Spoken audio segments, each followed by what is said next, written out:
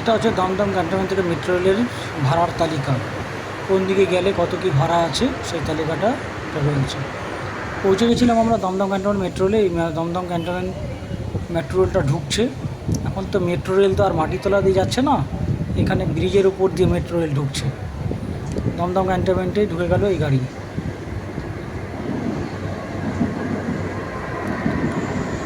আমরা চলে গেছিলাম ভেতর দিকেই।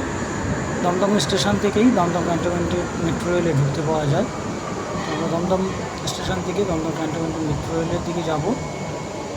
রেলটা সম্পূর্ণ ঢুকে গেল দমদম স্টেশনের মেট্রো রেল স্টেশনের ভেতরে। এই মেট্রো রেলের ব্রিজ দিয়ে মেট্রো রেলে যাচ্ছি আমরা। এই ভেতর দিকে ঢুকছি ব্রিজ দিয়ে। এটা হচ্ছে দমদম ক্যান্টনমেন্ট স্টেশন থেকে ফুট ব্রিজ দিয়ে মেট্রো রেলে যাওয়ার জন্য টিকিট কাটবার জন্য যে জায়গা, সেই জায়গায় যেতে হবে প্রথমে। এপাশে টিকিট কাউন্টার রয়েছে। আমরা ভাড়ার তালিকাটা আরেকবার দেখে নিচ্ছি। ক্যান্টনমেন্ট থেকে আপনার বিমানবন্দরের দিকে দুটো মাত্র স্টেশন, একটা যশোর আর একটা হচ্ছে দমদম বিমানবন্দরের শেষটা, যার নাম দেওয়া হয়েছে জয় হিন্দ। এখানে আপনার একদম নিচে যদি নামতে হয় তাহলে চলমান সিঁড়ি রয়েছে, চলমান সিঁড়ি দিয়ে নিচে নেমে যেতে পারো। নিচে গেলে একদম বাইরে বেরিয়ে যাওয়া যায়। আবার উপরে তো দেখলে ফুটব্রিজ, সেখান থেকেও বাইরে বেরোনোর রাস্তা করা আছে।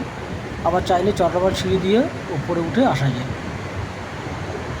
চলমান সিঁড়ি দিয়ে উপরে উঠে চলে আসলাম আমিও। এরপর দেখে নিলাম এটা হচ্ছে বাইরের দিকের অংশটা মেট্রো রেলের, যেটা দেখতে পাচ্ছ। এবার মেট্রো রেলটা এখান থেকে বেরিয়ে জয় হিন্দ অর্থাৎ বিমানবন্দরের দিকে যাচ্ছে। বিমানবন্দরের দিকে রেলটা বেরিয়ে গেল মেট্রো রেলটা। আর মেট্রো রেল নেই এখন, সবই ওপরে চলছে। এখানে মাত্র দুটো স্টেশন, একটা বললাম যশোর রোড আর একটা জয় হিন্দ অর্থাৎ বিমানবন্দরের ভিতরে স্টেশন।